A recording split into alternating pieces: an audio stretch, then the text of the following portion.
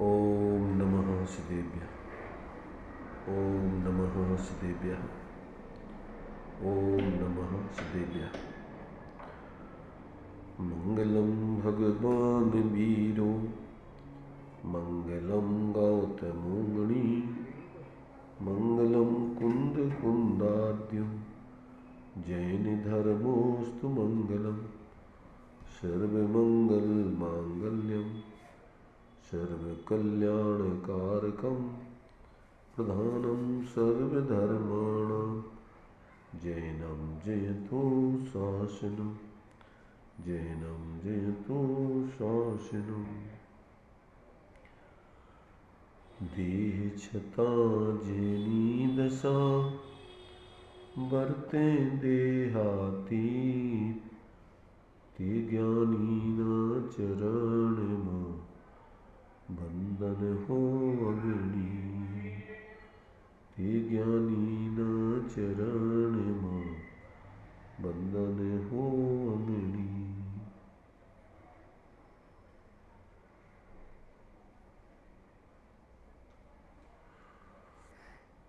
चर्चा अपनी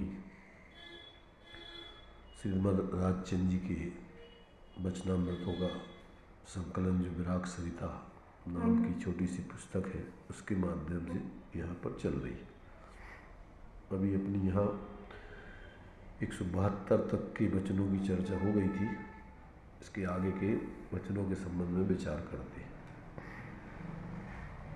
172 नंबर का वचन था, दृष्टि विष जाने के बाद चाहे जो शास्त्र, चाहे जो अक्षर, चाहे जो कथन, चाहे जो वचन, चाहे जो स्थल प्रायः अहित कारण नहीं होता। अर्थात सम्यक दृष्टि का जो ज्ञान है वह सम्यक ज्ञान है। वो जो भी वचन बोले जाएं, जो भी शास्त्र पढ़े और कोई भी स्थान हो, स्थल हो अर्थात बाहर का क्षेत्र हो अथवा ग्रंथों का कोई भी प्रकरण हो, उन सभी का प्रायः वो सम्यक अर्थ निकालकर उसमें से जिससे अपने राग द्वेष बढ़े, विपरीतता खड़ी हो, ऐसा कोई भी वो उस वचन का अर्थ निकाल करके अपना अहित नहीं करता है। सभी के सम्यक अर्थ निकालकर और वो अपने सहज सम्यक ज्ञान पूर्वक अपनी भूमिका अनुसार वीतरागता की आराधना करता है। किसी प्रकार से वो उसके बाह्य के वचन, शास्त्र, उनके प्रकरण अथवा बाहर के कोई पदार्थ आदि भी उसके लिए किसी प्रकार से भी राग द्वेष आदि बढ़ाने के कारण नहीं होते हैं, विपरीत सोचने के कारण नहीं होते हैं। सभी का सम्यक प्रकार से अर्थ निकालकर वो अपने सम्यक ज्ञान को, अपनी सम्यक श्रद्धा को और अपनी यथायुग वीतरागता को बरकरार रख करके आत्माराधना करता है। कोई भी चीज़ उसका अहित करने में कारण नहीं बन सकती है। ये बात यहाँ पर इस 172 नंबर के इस वचन में श्रीमद जी ने कही है कि जिसका दृष्टि विष अर्थात मिथ्यात्व दूर हो गया, अब सम्यक ज्ञान हो गया है, तो अब उसको सारे शास्त्र, उनके जितने भी कथन हैं, वचन हैं, स्थल हैं और बाहर के जो भी संयोग आदि हैं, वो किसी प्रकार उसके लिए अकल्याण के कारण नहीं होते हैं, क्योंकि अकल्याण तो अपनी विपरीत सोच से होता है, अपने स्वयं के ही मिथ्या अभिप्राय पूर्वक व्यर्थ के राग द्वेष करने से होता है। ये बात यहाँ पर उन्होंने ली है। आगे जो है 173 नंबर का वचन है, जो जीव सत्पुरुष के गुणों का विचार न करे और अपनी कल्पना के आश्रय से प्रवर्ते, अर्थात सत्पुरुष के संबंध में सही उनके गुणों का विचार न करके और उनके बारे में अनेक प्रकार की मिथ्या कल्पना करे, कहते हैं अपनी कल्पना के आश्रय से प्रवर्ते, वह जीव सहज मात्र में भाव वृद्धि करता है, क्योंकि अमर होने के लिए वह जहर पीता है। आचार्य पंचपरमेष्ठियों का नाम क्यों नहीं है? क्या आचार्यों का सत्पुरुष का नाम ज्यादा लेते हैं। तो सत्पुरुष में कौन आउट है, कौन कौन आउट है सत्पुरुष? नहीं तो आचार्य भी तो आचार्य कौन से पुरुष है? असत्पुरुष है। सत्पुरुष किसे कहते हैं? सत्पुरुष का क्या अर्थ होता है? सत्स्वरूप का आश्रय लेकर जीवन जी। जितने भी ज्ञानी धर्मात्मा हैं उन सबको एक शब्द में सत्पुरुष कहते हैं। जितने भी महापुरुष हुए हैं, अरहंत आदिक अथवा जो भी सिद्ध आदि हो गए हैं, वे सब सत्पुरुष हुए हैं। क्योंकि असत्पुरुष थोड़ी थी। उस सत्पुरुष में सब कुछ समा गया है, कोई बाकी नहीं बचा है। और उसी मार्ग पे जो चल रहे हैं, नीचे तक के सारे ज्ञानी उस सत्पुरुष के अंतर्गत। नीचे वाले सत्पुरुष तो गुण है, मूल में तो वही है ऊपर वाले सत्पुरुष, जो जानता अरहंत को द्रव्य गुण पर्याय से, वो जानता निजात्म को। तो मूल तो वही बता रहे कि जो उनके स्वरूप का यथार्थ विचार करता नहीं गुणों का, और मिथ्या कल्पना उनके बारे में करता है, तो वो जीव अमर होने के लिए जहर पी रहा है, ऐसा समझो। क्योंकि जब तक उनका यथार्थ स्वरूप नहीं समझोगे तो उनका सही उपदेश कैसे समझोगे? तब तक उनके आप जो है वचनों का अभिप्राय सही कैसे समझोगे? इसलिए यहाँ पर जो है, जब तक आप मैंने जो धर्मात्मा जीव हैं, उन धर्मात्मा जीवों का मूल गुणों का विचार नहीं करोगे कि वे धर्मात्मा कैसे बने, जब तक ऐसा आपके ज्ञान में नहीं आएगा तो आप कैसे आप अपने जीवन में उन जैसे जीवन कैसे जियोगे? इसलिए उनके स्वरूप का जब तक गुणों के रूप में विचार नहीं करोगे और मिथ्या कल्पना अपने हिसाब से करते रहोगे, तो कहते हैं इससे तुम्हें संसार का अपने सहज में सोचने की जरूरत नहीं है, तुम्हारा जो है भाव वृद्धि होती रहेगी। क्यों कि तुम सच्चे देव साधु का जब स्वरूप ही नहीं जानते हो, तो तुम्हारे लिए जो है उनके द्वारा बताए हुए तत्वों का स्वरूप कैसे समझोगे? इसलिए यहाँ पर सत्पुरुष का मतलब ही होता है कि जिन्होंने अपने उस सत्स्वरूप आत्मा की साधना करते हुए और जो आत्मिक जीवन जीते हैं, वे सब सत्पुरुष कहलाते हैं। तो जो सत्पुरुषों के यथार्थ गुणों को तो समझता नहीं है, उनका सही विचार तो करता नहीं है, और अपनी कल्पना से उनके बारे में सोचता है, तो ऐसा जीव मिथ्या कल्पनाएं करके और अपने संसार की वृद्धि करता है। और अब ऐसा जीव, ऐसा सोच लो कि कोई जहर पी करके और जिंदा रहना चाहे, अमर होना चाहे, तो यह असंभव है। ऐसे ही सत्पुरुषों के यथार्थ स्वरूप का निर्णय किए बिना कोई मोक्ष मार्गी धर्मात्मा बनना चाहे, तो सबसे पहले तो देव साधुगुरु का निर्णय है, तेरे लिए वो उसका ही नहीं है, तो अब उनके द्वारा बताए हुए तत्व को सही कैसे समझेगा? इसलिए जो है ये अपने लिए बराबर जो उनके वचन हैं, उन वचनों का मर्म वो क्या कहना चाह रहे हैं वो अपने ज्ञान में आना चाहिए। और वो नहीं आएगा तो अपन उसका अर्थ ही नहीं निकाल पाएंगे कि क्या कह रहे हैं, अपन क्या अर्थ निकाल रहे हैं। तो यहाँ जो है कि जो जीव सत्पुरुष के गुणों का विचार न करे और अपनी कल्पना के आश्रय से प्रवृत्त है, वह जीव सहज मात्र में भाव वृद्धि करता है, क्योंकि अमर होने के लिए वह जीव जहर पीता है, अर्थात महापुरुषों का अयथार्थ विचार करके, और वो मिथ्यात्व का सेवन करता है, अज्ञान का सेवन करता है, राग द्वेष का सेवन करता है। और उन सत्पुरुषों के आश्रय से जब मिथ्या दर्शन ज्ञान चारित्र का सेवन कर रहे हैं उनके निमित्त से, तब तुम्हारा कल्याण कहाँ होगा?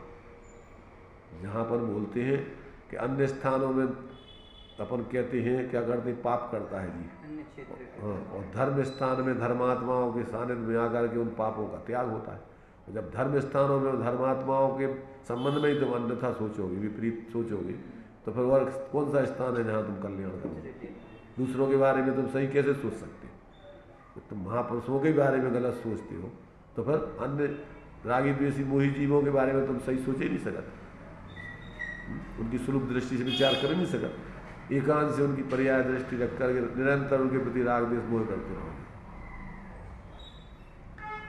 ये जो है यहाँ उनका मतलब है कि जो ज्ञानियों के स्वरूप को नहीं जानता है वो जीव अज्ञानी है, और वो वास्तव में तत्वों का निर्णय सही न करके और स्वपर का भेद विज्ञान न करके अपने स्वरूप की आराधना नहीं कर सकता है। यही जब वो मिथ्या कल्पनाएं कर रहा है, तो अब सम्यक कल्पना है और सम्यक स्वरूप का आश्रय कहाँ से होगा उसको? इसलिए सबसे पहले तो सम्यक सोच जीवन में आने चाहिए। सम्यक विचारों से मिथ्या विचारों का निरसन होता है और फिर सम्यक स्वरूप के आश्रय से सम्यक विचारों का भी क्रम से अभाव होके और निर्विकल्प मोक्ष मार्ग की सिद्धि होती है। जब तक जीवन में तुम्हारे सम्यक विचार नहीं चलेंगे सत्पुरुष जीवों के बारे में, जीवों में भी सब आ जाएंगे, परमात्मा, अंतरात्मा, बहिरात्मा, 3 प्रकार के जीव होते हैं। तो यहाँ सत्पुरुषों में अंतरात्मा से लेकर परमात्मा तक सब आ जाएंगे। जब तक उनका तुम सही स्वरूप नहीं जानोगे तो तुम फिर कैसे तुम अपना कल्याण करोगे? तो ये बात यहाँ पर उन्होंने ली है। 174 नंबर का वचन, बहुत विचार करके यह समाधान आता है, एकांत द्रव्य, एकांत क्षेत्र, एकांत काल, एकांत भाव रूप संयम आराधे बिना चित्त की शांति नहीं होती, ऐसा लगता है। क्या कहा? द्रव्य क्षेत्र काल भाव में एकांत का जब तक ये क्या नहीं करे, एकांत की आराधना नहीं करे, अर्थात एकांत के आश्रय रूप संयम को धारण न करे, तब तक जो है चित्त की शांति नहीं होती और चित्त की शांति के बिना मोक्ष मार्ग और मोक्ष की सिद्धि नहीं होती। एकांत द्रव्य में लेना है अभेद द्रव्य, एकांत क्षेत्र में लेना है अभेद क्षेत्र, एकांत काल में लेना है अर्थात त्रिकाल, उसमें पर्यायों में द्रव्य को देखना है, क्योंकि उन पर्यायों में द्रव्य अन्वय रूप से व्याप रहा है। तो उन सब में, उन सब पर्यायों में एक को देखना, नाना को नहीं देखना। और एकांत भाव में लेना अभेद, एक भाव स्वरूप, ज्ञायक भाव स्वरूप, चेतन भाव स्वरूप। एक भाव में, ज्ञान में सब अनंत गुणों का रूप व्याप्त है, तो उस एक में द्रव्य को देखना, भेदों को नहीं देखना, भाव में अनंत गुणों को नहीं देखना। तो भेद रूप पर्यायों के आश्रय से भेद रूप अपने लिए जो द्रव्य क्षेत्र काल भाव 4 चतुष्टय बताया है, तो चतुष्टय में सामान्य, अभेद और अपने लिए माने सामान्य विशेष में सामान्य में एक आएगा, मतलब वो सामान्य भेद, उसमें भेद नहीं देखे जाते। और द्रव्य क्षेत्र में कैसे होती भेदाभेद, तो उसमें से अभेद देखना है, भेद नहीं देखना है, असंख्यात प्रदेशी नहीं देखना है। क्या देखना है? असंख्यात प्रदेशों को नहीं देखना है, उसमें एक द्रव्य देखना है और प्रदेश मात्र देखना है सामान्य से। और काल में त्रिकाल पर्याय अलग अलग होती, तो उसमें अन्वय रूप से व्यापने वाला एक द्रव्य देखना है। तो क्या देखना उसमें से? काल में भी एक देखना है, एक काल, एक हुई त्रय काल में, तो अपना वो द्रव्य जो है तीनों कालों में एक ही रूप रहता है। असंख्यात प्रदेशों को नहीं देखना है, एक माने उसमें अभेद देखना है। असंख्यात देखोगे विकल्प खड़े होंगे, अभेद वस्तु अनुभव नहीं आएगी। इसी प्रकार भावों में अनंत गुण धर्म देखोगे तो अभेद आत्मा दिखाई नहीं देगी।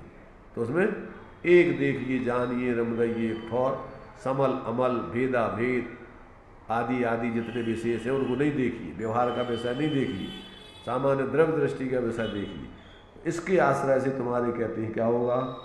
संयम, उसके आधार से तुम्हारा चित्त शांत होगा, निर्विकल्प होगा, मोक्ष मार्ग की सिद्धि होगी, शांति मिलेगी। इसको छोड़े बिना शांति नहीं होती, ऐसा जानना चाहिए। क्या कहा? आया समझ में? कुछ के नहीं आया? एक देखिए, जानिए, सब तरफ से एक को देखो, द्रव्य, क्षेत्र, काल, भाव। न द्रव्येण खंड्यामी, न क्षेत्रेण खंड्यामी, न कालेन खंड्यामी, न भावेन खंड्यामी।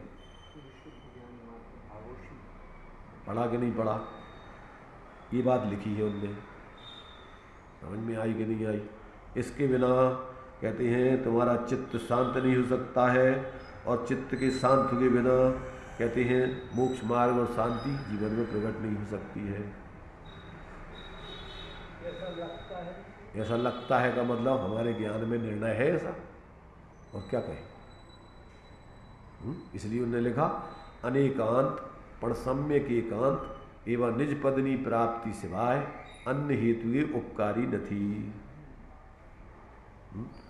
वस्तु अनेकांत रूप है, पर उसमें से एकांत अभेद एक द्रव्य को उसमें से आराधे बिना अनेकांत पण सम्यक एकांत एवं निज पदनी प्राप्ति सिवाय अन्य हेतु के उपकारी गति। उस अनेकांत में से एक अखंड अभेद वस्तु को देखे बिना कहते कल्याण नहीं हो सकता तुम्हारा। अनेकांत में अगर तुम्हारी बुद्धि लगी रहेगी, एक एक धर्म गुण पर्याय भेद विशेष आदि देखते रहोगे तो विकल्प होते रहेंगे, आत्मा की अनुभूति होने वाली नहीं है।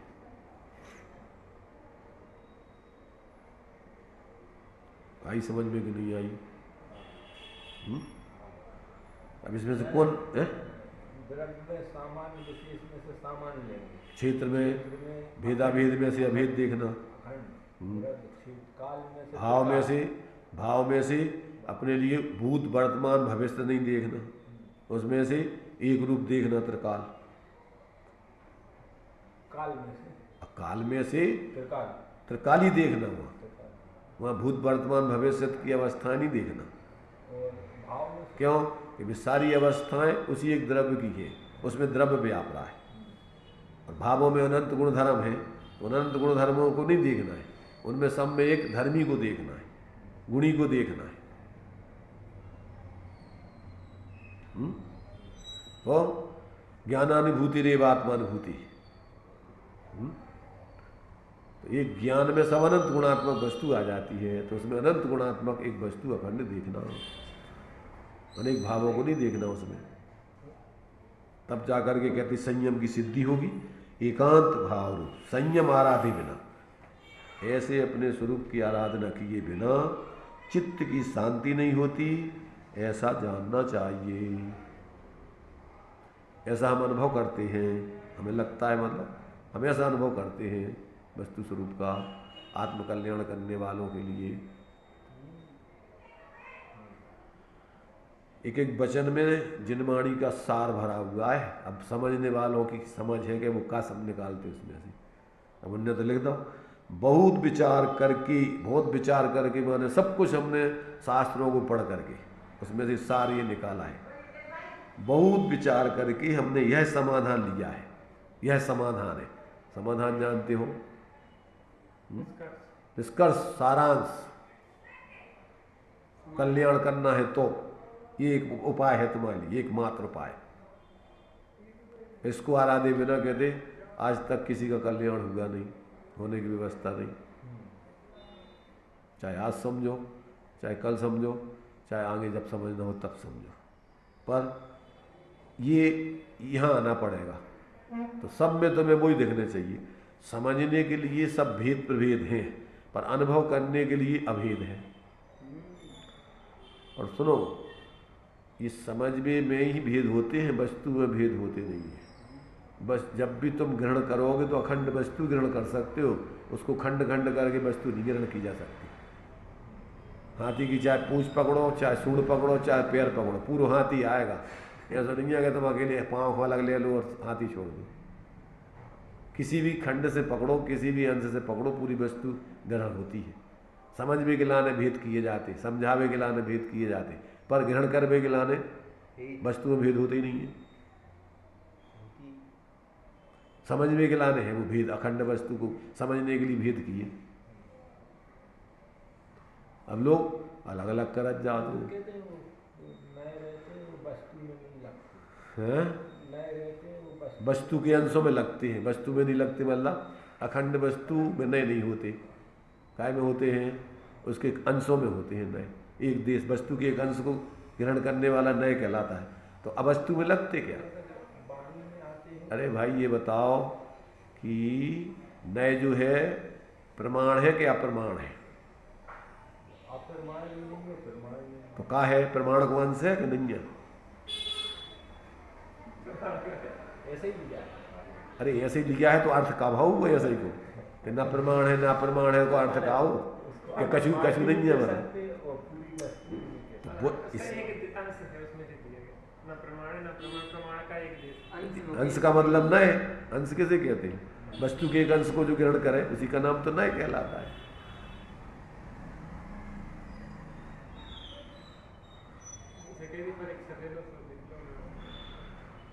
इसलिए भैया शास्त्रों में शब्द लिखे हैं, उनका मर्म जब तक नहीं समझोगे तब तक धर्म आने वाला नहीं जीवन में। और धर्म का और मर्म कहाँ है?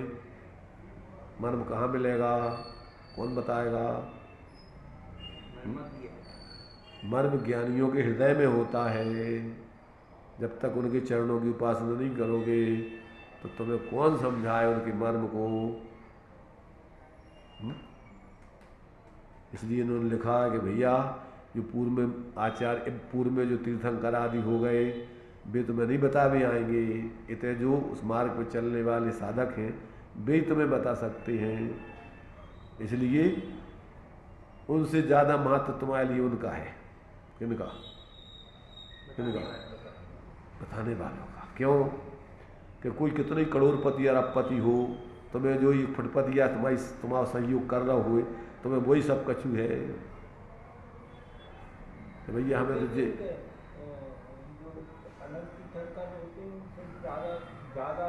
प्रभाव न करने वाली भगवान की मूर्ति ज़्यादा। फिर तुम कहाँ के कहाँ गए? मूर्ति बताएगी तुम्हें चिल्ला के गए भैया संजय जो प्रमाण भी नहीं है प्रमाण भी नहीं है को जो अर्थ होते हैं मूर्ति आएगी कहने।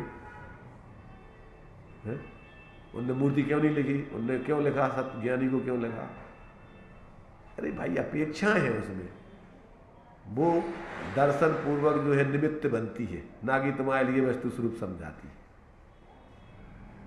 मूर्ति के निमित्त से भी दर्शनों कई दर्शन होने सम्यक्त होने में कई निमित्त बताए तो उसमें मूर्ति भी बताई तो निमित्त मात्र है वो, ना कि तुम्हें समझावे आ जाएगा। तो कहीं को अर्थ कहीं लगाओगे कि नहीं नहीं वो तो मूर्ति ज़्यादा, वो सत्पुरुष तो हमारा कछु काम नहीं, वो तो मूर्ति अनंत तीर्थंकरों से भी ज़्यादा महत्वपूर्ण है। अपनी अपनी बुद्धि लगाओगे तो धोखे में खड्डा में जाओगे। जिनवाणी के अर्थ को जहाँ जो बता रहे हैं उसको वो समझोगे तो कल्याण होगा। और अपनी बुद्धि लगा करके और फिर अपनी मनमानी करोगे तो भटकते रहोगे। अभी आगे आएगा वो वचन इसमें दिया है, देखो 106 नंबर को वचन 186 है 187 नंबर को देखो 45 नंबर को 45 पेज पे नीचे का वचन है, ध्यान से सुनो, बहुत महत्वपूर्ण है। ज्ञानी पुरुष की पहचान न होने में प्रायः जीव के 3 महान दोष मानते हैं। इसमें ना लिखा ही नहीं। क्या ना नहीं लिखा? नहीं लिखो, क्या लिखो? ज्ञानी पुरुष की पहचान होने में हाँ प्रायः जीव के 3 महान दोष मानते हैं। दोनों के एक ही अर्थ हैं। ज्ञानी पुरुष की पहचान न होने में अथवा ज्ञानी पुरुष की पहचान होने में ये 3 दोष आते हैं। हाँ एक ही बात है।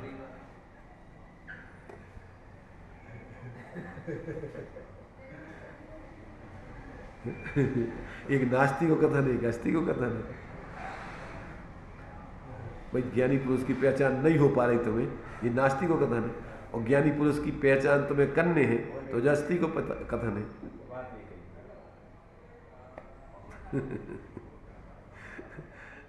बहुत विचित्र होते शब्द। भाई ज्ञानी पुरुष की तुम्हें पहचान करना है तो अस्थि को कथन है, और ज्ञानी पुरुष की तुम्हें पहचान नहीं हो रही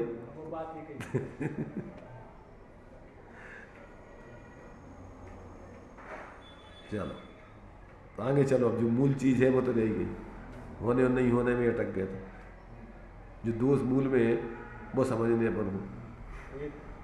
एक तो मैं जानता हूँ, मैं समझता हूँ, इस प्रकार मानना अपने को कि हम सब समझते हैं। हमें क्या बता रहे थे?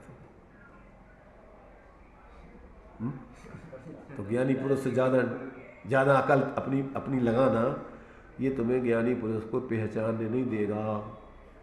तुम्हारी 1.5 अकल काम में नहीं आएगी ज्ञानी पुरुष की पहचान में।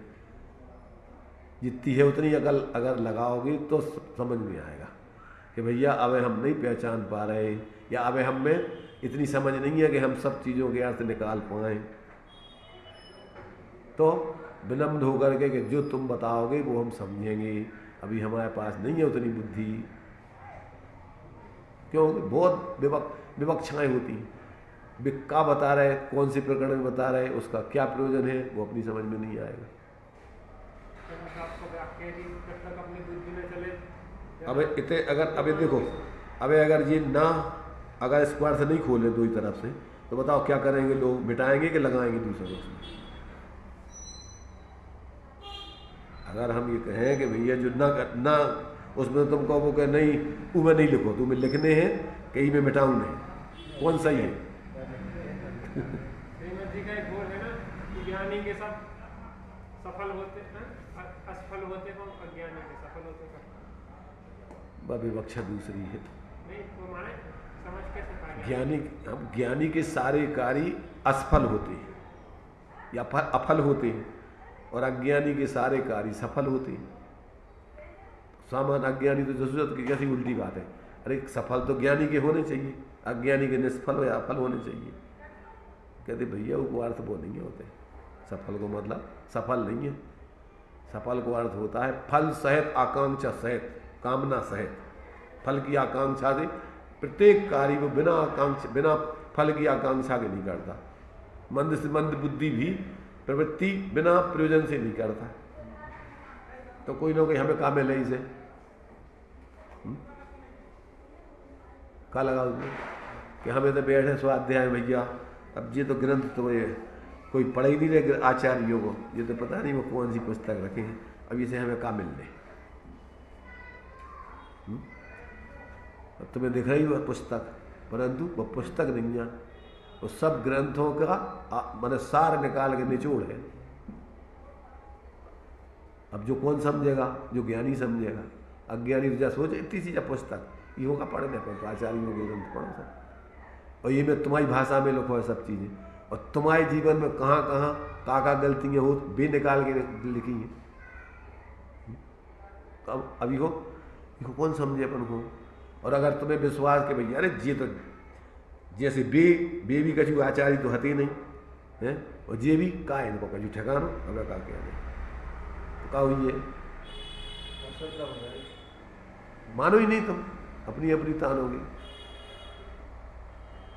इसलिए जिनवाणी के मर्म को समझने के लिए जो जिनवाणी के मर्म को जीता होगा वही निकाल पाएगा, नहीं निकाल सका। क्यों कि पंडिताई में तो धारणा से तुमने का अवकार से एक धारण कर लो, वही फिर तुम वही लगा उतरे और वो के अर्थ दूसरों बदल गो, वो है नहीं होते। सफल का फल की आकांक्षा सहित कोई भी कार्य होगा तो वो फल की आकांक्षा जो अपन बोलते सम्यक दृष्टि निकांक्षित होता है, कोई आकांक्षा से धार्मिक कार्य नहीं करता। उसका अर्थ वहाँ पे हाँ, सफल फल का अर्थ होता है कामना सहित। किसका? अफल का मतलब होता है निष्फल, माने कोई अपेक्षा लेकर के, कोई कामना लेके नहीं होता है कि हमें इससे क्या मिलेगा। निरपेक्ष बंधु ज्ञानी कैसे होते हैं? निरपेक्ष रूप से सबके हितैषी होती है, उनकी कोई अपेक्षा नहीं है।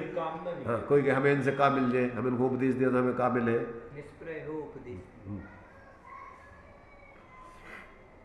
हाँ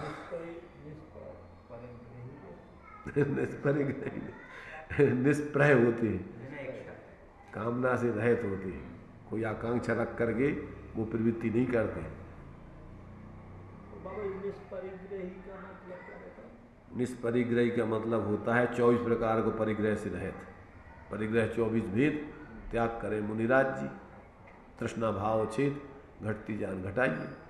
श्रावक भूमिका अनुसार जितनी हो सका तो उतना त्याग करा, पर मुनिराज के जीवन में सभी प्रकार के परिग्रहों से रहित होती हैं। हाँ? 24 तीर्थंकर की पूजन में पढ़ते हैं कौन सी लाइट? 24 परिग्रह रहे, 24 भगवान।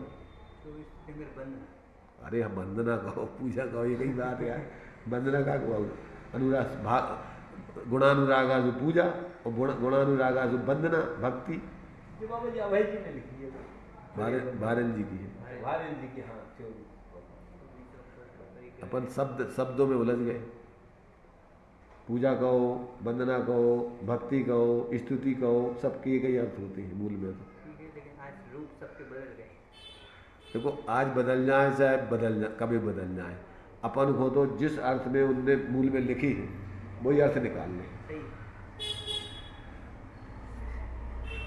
चलिए, तो सबसे पहला दोष, मैं जानता हूं, मैं भी समझता हूं, इस प्रकार मानना।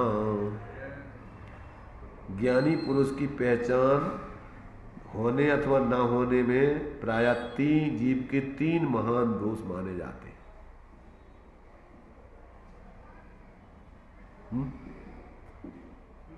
आगा समझ में नहीं आ। नंबर 1। नंबर 2, पहले अपने आप को ऐसा नहीं समझना चाहिए कि मैं सब कुछ जानता हूं, बल्कि ऐसा तुम कछु नहीं जाना जा सम्यक हो, हम जीरो है। जब तक सम्यक नहीं होता तब तक जीरो है वो व्यक्ति।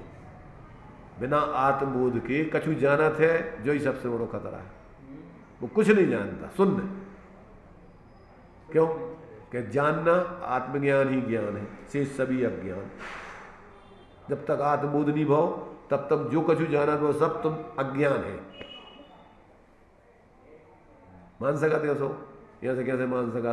इतने दिन हमने कहा झकमारी का, भाड़ झोंकों का, इतने दिन से हम धर्म कर रहे, सब लोग इतना स्वाध्याय कर रहे, पूजा पाठ कर रहे, पूजा कर रहे, और अभी तक हम अज्ञानी कछु नहीं जाना। जाना थे तो कैसो? आगम को आए, ज्ञानियों को आए, हम वही हो कैसे जाना तुम? और मैं भी फिर अब वो को हमने जो अर्थ लगाओ वो पता नहीं, अब सही लगाओ कि गलत लगाओ, जो भी तो है। अगर सही लगा ला हो तो फिर ज्ञानी बन गए होते। तो तैयार हो जीरो पे आ गए।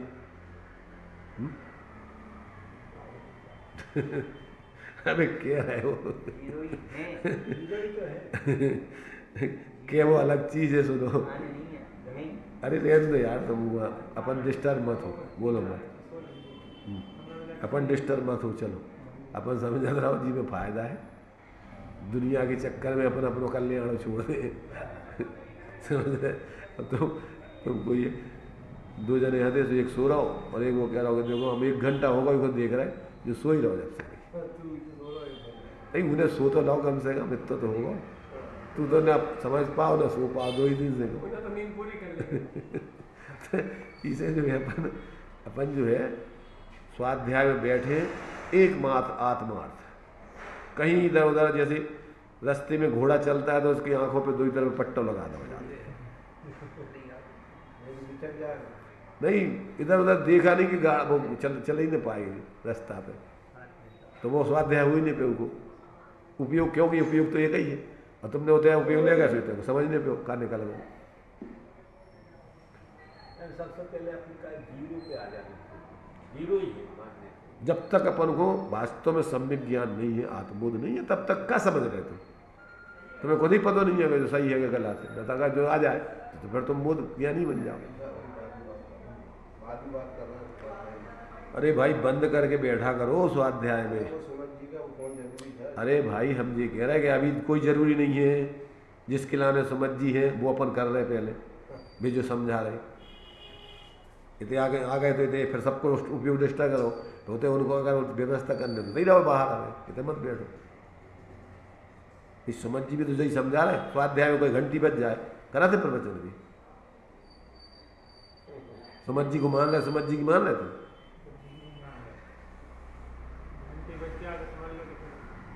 तुम्हारी घंटा बच जाए फिर प्रवचन बंद कर देंगे, हम नहीं करने। जब तुमसे पहले कह रहे कि यहाँ जितने बैठे हैं सब मोबाइल बंद करके बैठो, सुन भी आए हो तो। अगर सिर्फ मोबाइल सुनने हो तो इतने मत बैठो, दूसरों को डिस्टर्ब तो मत करो तो। हाँ चलो वो जो है एक तो मैं जानता हूँ, मैं समझता हूँ, इस प्रकार समझना। दूसरा ज्ञानी पुरुष की दिक्कत नहीं है, ज्ञानी पुरुष की ईमें से नहीं पढ़ा, ईमें से पढ़ो तो के आने कहा है? यहाँ पे लिखा है कि दूसरा ज्ञानी पुरुष की प्रति इस प्रकार मानना, दूसरा ज्ञानी पुरुष के प्रति, ये है ना इसमें की लिखा है, अच्छा तो गया है, ज्ञानी पुरुष के प्रति राग की, आगे की है, कि इसमें दो की लगी है, दो लगी। चलो तो देखो, की जगह के आएगा ना। हाँ, तो ज्ञानी पुरुष के प्रति राग की अपेक्षा परिग्रह आदि के प्रति विशेष राग रखना। क्या कहा? ज्ञानी पुरुष के प्रति जितना अनुराग होने चाहिए, लगाव होने चाहिए, उससे ज़्यादा परिग्रह आदि में ज़्यादा लगाव रखना। ऐसा कहते लोग अपने परिवार से ज़्यादा बचपन में फिर आगे तुम्हारा वो ये कितने प्रकार को परिग्रह बताओ? चेतन अचेतन दो प्रकार को है, तो भी मोही जीव भी सब परिग्रह है तुम्हारे। परिग्रह के दो भेद हैं, चेतन अचेतन। तो वो का है? परिवार वाले का है परिग्रह है या कछु और है? तो उनसे ज़्यादा रुपया पैसा से, शरीर आदि से ज़्यादा, और रुपये जो भी है उन सबसे ज़्यादा अपन को ज्ञानी पुरुष को के प्रति बहुमान है। परिवार से ज़्यादा अभी हम बता दो रहे भाई, परिग्रह है वो सब तुम्हारा। तो ये कह रहे परिग्रह आदि, आदि का क्या अर्थ होता है? आदि में क्या कर लेना? जो तुम्हारे मोह के निमित्त थे उन सब से, जो तुम्हारे ज्ञान और वितरागता के कारण है, ऐसे उन ज्ञानी पुरुष आदि में अनुराग उससे कम रखना। तो इसका मतलब अभी तुम्हारी अधिकता होते हैं, अगर तुम्हारी विशुद्धि नहीं पकी, तुम्हारी मोह की प्रबलता है अभी। और जब तक अभी क्या है, मोह तुम्हारा प्रबल होगा तो तुम्हें उपदेश ही समझ में नहीं आएगा। उनका तुम उपदेश ही नहीं मान सका। तनक सो का जो घंटी बज जाए उठा के चले जाओ, तुम रुपये पैसा की बातें कर गई उठ के। श्रीमद जी ने तो लिखो कि बीड़ी में भी तुम्हारा ने अगर ज़्यादा लगाव है, व्यसन है, तो कहते हैं कि वो स्वाध्याय सुन रहा होइए, बीड़ी की तलब लगे, उस समय 1 रुपया की 24 बीड़ी, एक कट्टा हो, तो 1 रुपया को नहीं, 1 आना या 2 पैसा हुआ, तो 1 आना को भी नहीं, 2 पैसे का 1 कट्टा आता था। 1 कट्टा माने 24 बीड़ी, और उठ के चलोगा वो तलब लगी सो स्वाध्याय छोड़ के। तो उनने कही स्वाध्याय की कीमत 1/12 पैसा भी नहीं है इसकी, 2 पैसा की कट्टा हम तो। इतनी रुचि तेरे स्वाध्याय में, जितनी बीड़ी की रुचि है उतनी तेरे स्वाध्याय में नहीं है। तेरा कल्याण होगा, कैसा व्यक्ति कल्याण कर सकता? ऐसे जिसको अभी धन संपत्ति में इधर छोड़ छाड़ के खुली किताब छोड़ के भग जाए, मोड़ा आ गाओ घर को, कछु फोन आ गाओ, कछु आ गाओ, और जो जा रहा दौड़ लगा के। धनंजय कभी क्या करो, मोरा मर गओ, क्या करो उनने? पूजन नहीं, महापुरुषों के प्रति अनुराग, उनके क्या कर रहे हैं? पूजा माने गुणानुराग। देवसास गुरु के प्रति अनुराग चल रहा उनको, बहुमान चल रहा। तो उनने क्या करो, उधर में विकल्प ही नहीं उनको, को ले आओ, को पटक गाओ, को का कर गाओ, ध्यान ही नहीं उनका। क्यों? अरे इन महापुरुषों से ज़्यादा हमारा ने दुनिया में कोई है ही नहीं है। शुद्धाता मरु पंचगुरु, जग में शरणा दो, और मोह हृदय जी के था। तो या तो परमार्थ से तुम स्वरूप में हो तो फिर पंच परमेष्टि भी अपन को गुण हो गए, और यदि स्वरूप में नहीं है तो फिर पंच परमेष्टि दूसरे नंबर पे है, और तीसरे नंबर पे वो कछु है ही नहीं है। और कछु ही अगर तुम्हारा लगाव है तो समझ लो कि संसार में भटकने है तुम्हें।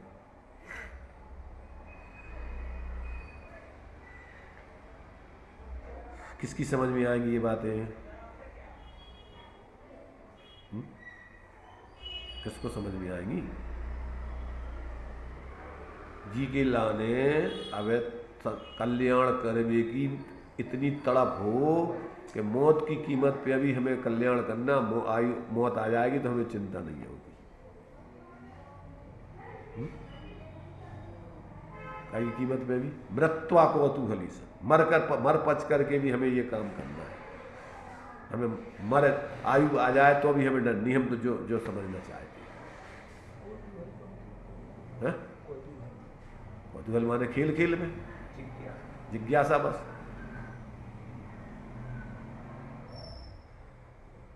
ऐसी जिज्ञासा होना चाहिए अपने लिए कि भैया किसी भी हालत में हमें तो ये कार्य करना है। सारी चीजें इसके सामने बौनी है। ये नहीं है तो हमारा जीवन शून्य है, कुछ नहीं है, सब बेकार है। इतना जिसके अंदर बहुमान हो, इतनी तड़प हो, वो व्यक्ति समझ सका। और जी के लाने में ठीक है, हो जाए तो ठीक है, नहीं तो ठीक है। तुम्हारे हमारे हिसाब से आ जाओ तुम टाइम पे तो ठीक है, ना तो हमें ठीक है, हमारे पास टाइम नहीं है। अब बेटा घूमो तो ना गो, संसार में बहुत है तुम और लंबो है।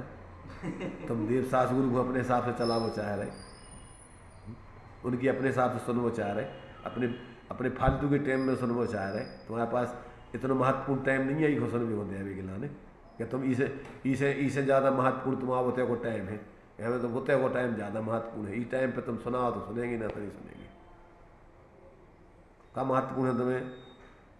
अपनो संसार को काम के जिनवाणी।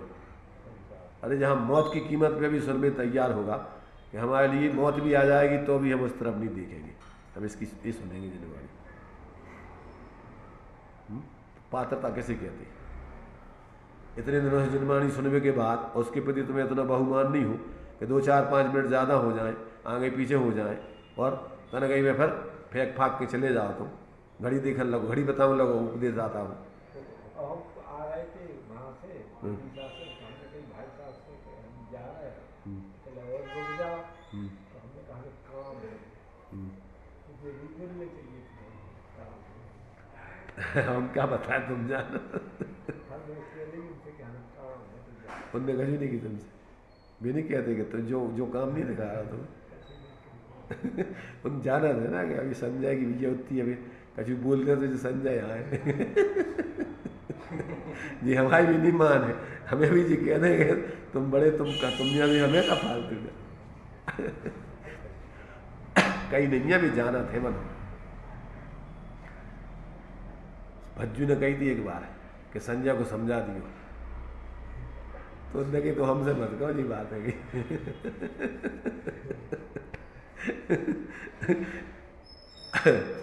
अगर संजय हमारी समझा तुझे सुना तो भी उते उते जाति का हो, शादी का हो करते हमारे संगे रहे होते ना, शुरू से जुड़े हुए थे हमसे। कोई संजय की अभी अपनी क्वालिटी है, इसलिए जितनी जरूरत है उतना ही बोला था उनसे, उसे ज़्यादा नहीं बोला।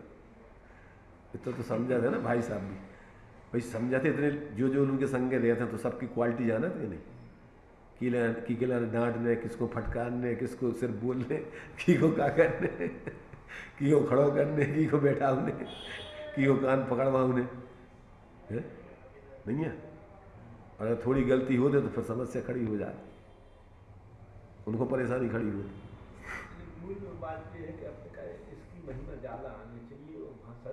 हाँ, अपन जी सोचो कि भैया अब उतनी महिमा हमारी आ नहीं रही है, अब हमारी पात्रता पकी नहीं है उतनी। अगर अपन समझ रहे हैं कि वास्तव में इतना बहुमान इसका रहना चाहिए कि सब कुछ सबकी कीमत पर ये अपन को महत्वपूर्ण लगे। तो कभी कभी क्या है कि अब अपने उस जाति का राग नहीं टूट पा रहा, तो अपन को अपनी गलती महसूस हो और उसको स्वीकार करें। हाँ कि भैया जो वास्तव में हमें ये बहुत हमारे अंदर अभी उस जाति की जो है लायकात पैदा नहीं हो पा रही, और वही से हम परेशान हैं।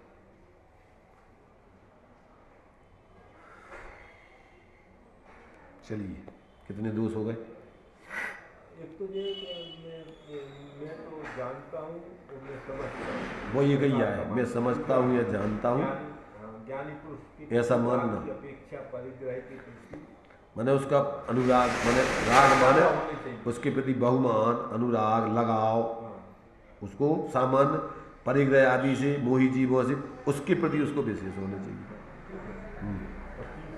तीसरा है लोक भय के कारण, लोक अपकीर्ति के भय के कारण, लोक अपमान भय के कारण ज्ञानी से विमुख रहना।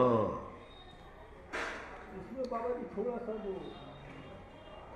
अपमान भय लिखा है, 3 चीजें लिखी हैं। सबसे पहला लिखा है लोक भय, ठीक है, लोक भय के कारण, तो लोक भय कहो, लोक में अपनी अपकीर्ति होने का भय कहो, और या अपमान भय कहो, एक ही बात है। ज्ञानी से विमुख रहना कि भैया लोक में हमारी का लोग का कहें, देखो तो ये कहाँ लग गए, कौन के संग लग गए, क्या कहेंगे लोग, सबसे बड़ा रोग है। जैसे मीराबाई, छाण दई कुल की कहानी, क्या करेगा कोई नहीं, संतंड के बैठ बैठ लोक लाज कोई नहीं, लोक लाज खत्म हमने खो दई।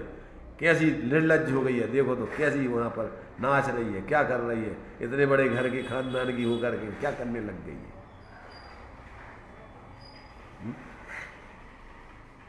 संतंड के बैठ बैठ लोक लाज खोई नहीं, कि को क्या कहेगा। जहाँ अपन को जो बहुमान करना है, जो उनके प्रति अपन को व्यवहार करना है वो करेंगी, दुनिया कुछ भी कहे हमें उसकी चिंता नहीं है।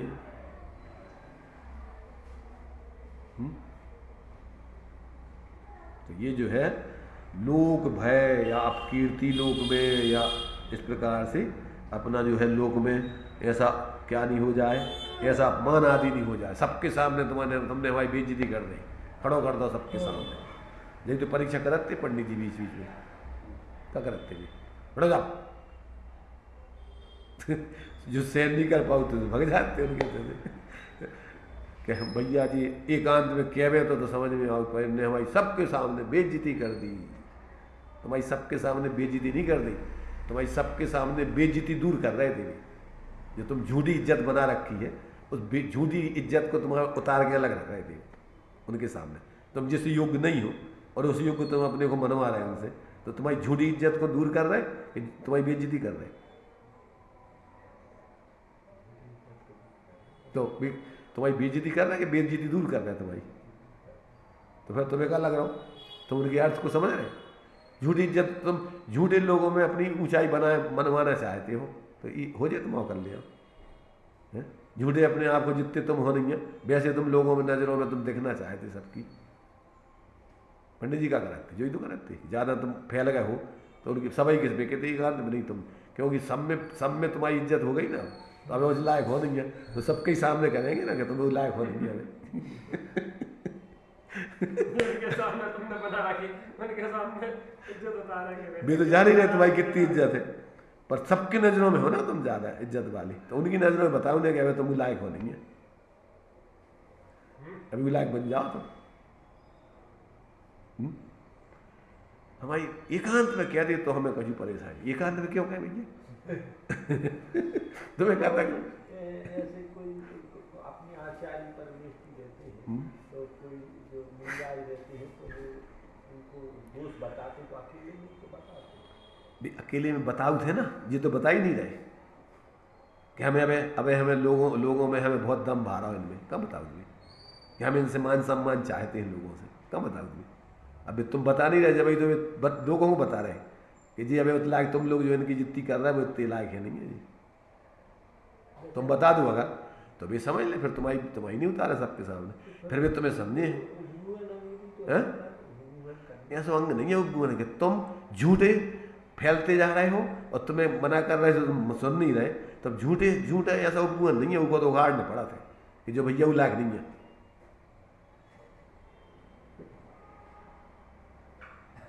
आचार्यों ने क्या बताया कि ये सब भैया ये सही धर्मात्मा नहीं है, ये जो है ये देव नहीं है, सही ये गुरु नहीं है।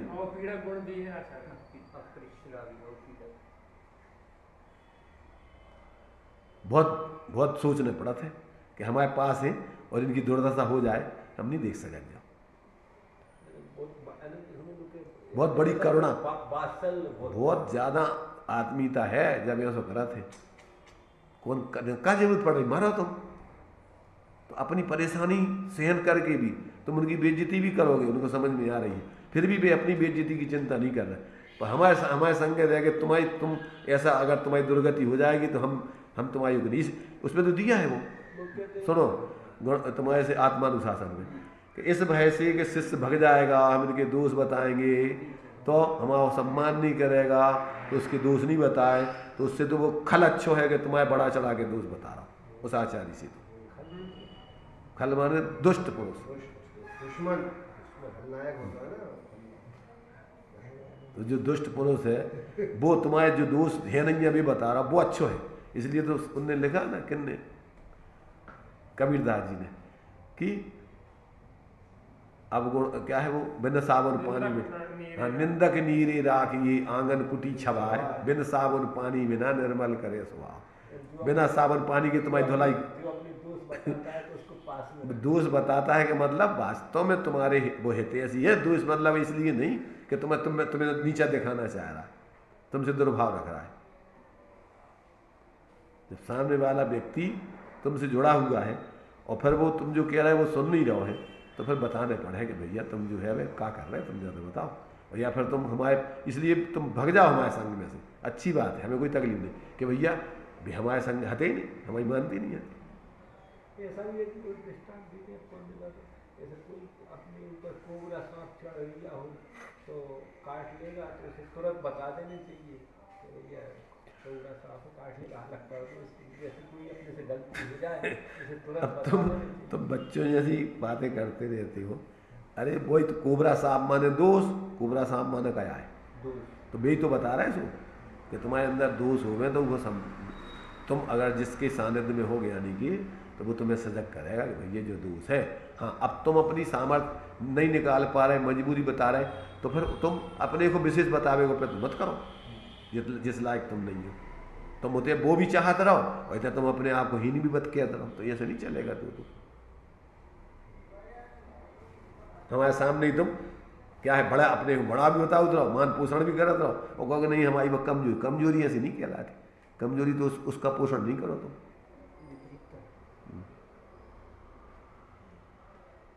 हाँ, टाइम तुम्हारा होगा वैसे तो पढ़ लो इसको, तो पूरा पढ़ ही लो।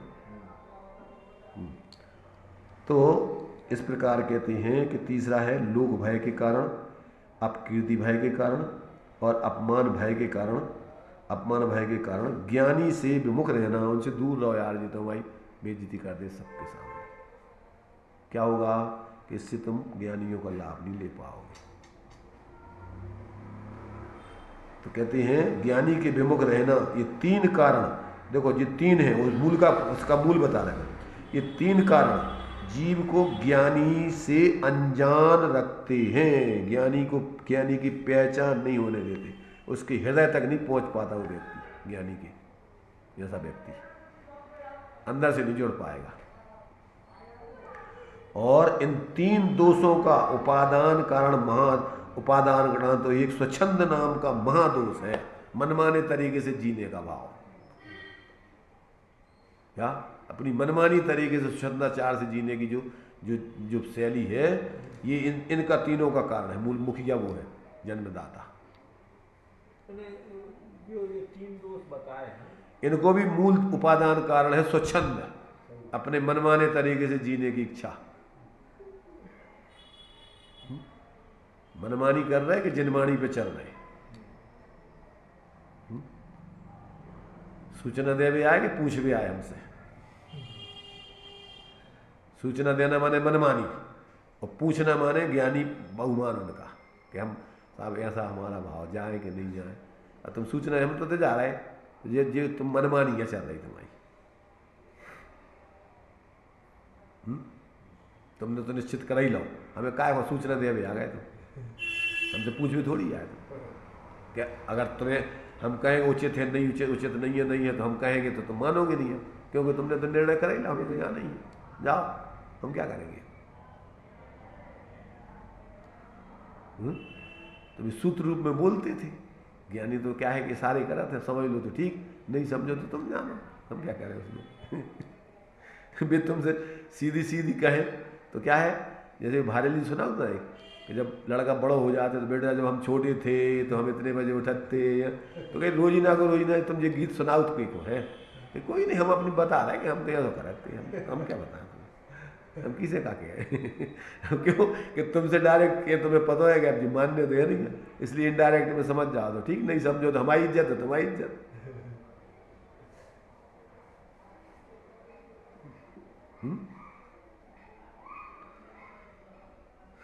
आ रही समझ में कुछ? अपने आप को कछु समझ लो कि हम जाना थे। और दूसरा हो गया कि अपने ज्ञानियों के प्रति घर परिवार से ज्यादा प्रीति, ज्ञानियों बाहर के परिग्रह आदि मोह के पदार्थों से ज्यादा, ज्ञानियों से ज्यादा उनके प्रति अनुराग रखना। और तीसरा बताया ना लोक भय के कारण, या लोक भय, अपकीर्ति भय, अपमान भय, ये सब लगभग पर्यायवाची शब्द हाँ। कि भैया लोक में हम आओ। कारण अपने अब क्या- भाई लोक भाई माने का लोक में तुम अपनी इज्जत बनाए रखो चाहे झूठी। हाँ। अब उनके लाने तुम ज्ञानियों के पास जाओगे तो तुम्हारी गलती बता दें, तुम्हारी बेइज्जती हो जाए। इस भय के कारण यानी इनके कारण ज्ञानियों का साथ नहीं छोड़ा। उनसे साथ नहीं छोड़ा, उनसे परिचय नहीं कर पाओ, उनका सानिध्य नहीं करोगे, तुम दूर रहोगे उनसे, उनके नज़दीक नहीं आ पाओगे। और इसका महा जो है उसका मूल कारण है स्वच्छंदाचारी जीवन जीना। मनमाने तरीके से जीना चाहते तुम सही जिनवाणी के हिसाब से अपने कल्याण की दृष्टि से नहीं जीना चाहते। करत रहो तुम्हें जो करने से, सूचना दे जाओ, हम क्या करें, सुन लें, हम देख लें, हमें क्या करने भाई। तुम समझ रहे हो कि हम अभी में थे, तुम्हें जब इतना समझ आ गई है तो हमसे अब ठीक है जानकारी लेने की बताने की जरूरत ही कहाँ है। तुम्हें करो तुम्हें करने से। और अगर हमसे पूछो तो फिर हम तुम्हें उचित सलाह देंगे कि भैया जो अब नहीं जाओ, अब ऐसा नहीं करो, अब तुम्हारा लाने तेरे नहीं, ऐसा करना है। वो तुम्हारे हित की सोच, हमारे स्वार्थ के लाने नहीं ज्ञानी के, हमें क्या चाहना तुमसे।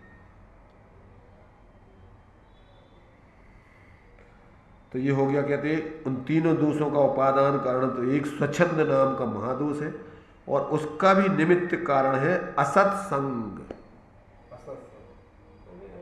खोटी संगति ऐसा ही मोही जीवों की संगति, अज्ञानी जीवों की संगति से ये तुम्हारे अंदर स्वच्छंदाचारी बने का जीवन, मूर्खों में तुम मुखिया बने रहने के लिए ये सब काम करते हो। जैसे कहते हैं सत्संग में रहना चाहिए। कहते कौन से हो तुम, जिनसे कहते हैं? जो अपने बेशा कहते हैं सत्संग में रहना चाहिए। हाँ, तो माने भी कहते हैं सत्संग में रहना चाहिए, पर तुम किससे कहते हो सत्संग में रहना चाहिए? अपने आप से कहते हो सत्संग में रहना चाहिए, फिर अपने आप माना, तुम अपने को मनवाओ दो कि भाई ये सत्संग बनाओ, अच्छी बात है, मनवाते हो तो ये जो है तुम्हारा देखो एक एक वचन जो है, अब ये तो हमने अक्रम से ले लिया, बीच में प्रकरण आ गया था। वैसे तो अपना प्रकरण कौन सा चल रहा था? 178 है? अरे भाई 73 और 74 चल रहा हो तो 72, 73, 74 अपन मान लिया था। हाँ, 74 कर रहे थे। बस ये 74 नंबर का, और 74 के बाद फिर हमने सीधे 87 तुम्हारा ने कहा, ऐसे बीच में वो प्रकरण आ गया तो उसको ले लिया कि भैया देखो तुम सोच रहे, ज्ञानी कह रहे कि भूत के हो गए तीर्थंकर आदि, उनसे ज़्यादा महत्वपूर्ण वर्तमान के कोई सादा ज्ञानी पुरुष है, और तुम कह रहे उससे ज़्यादा बड़ी तो मूर्ति है।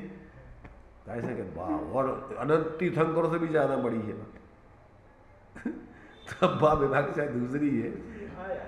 अरे हम नहीं जान रहे का फिर, अब ऐसे वो प्रकरण है ही नहीं है, वो निमित्त की कथन है। तो निमित्त तो तुम्हें संस्कार होंगे, पूर्व की देश ना होगी तो निमित्त बन जाए। अब तुम्हें अगर पता ही नहीं है तो मूर्ति का समझा दे तुम्हें।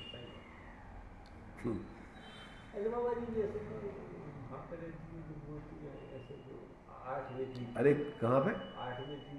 8वें दीप कहा के अकृत्रिम चित्यालय कहो, अकृत्रिम मूर्तियाँ कहो, वो में सब वही है। तुम्हारा पूर्व के संस्कार हो गए तो तुम्हारे लाने वो निमित्त बन जाएंगे। हाँ, देखते हो सम्यक धर्म। अगर तुमने तत्व को निर्णय नहीं किया तो भी मूर्तियों से कहा सम्यक दर्शन हो जाए तुम्हें। इसलिए ये सब चीज़ें उसमें सापेक्ष है। जो भी ज्ञानियों के वचन होते हैं उनमें कछु मर्म छिपे होते, और भी नहीं समझो तो तुम अपने मन से लगाओ तो कछु। चलिए, बता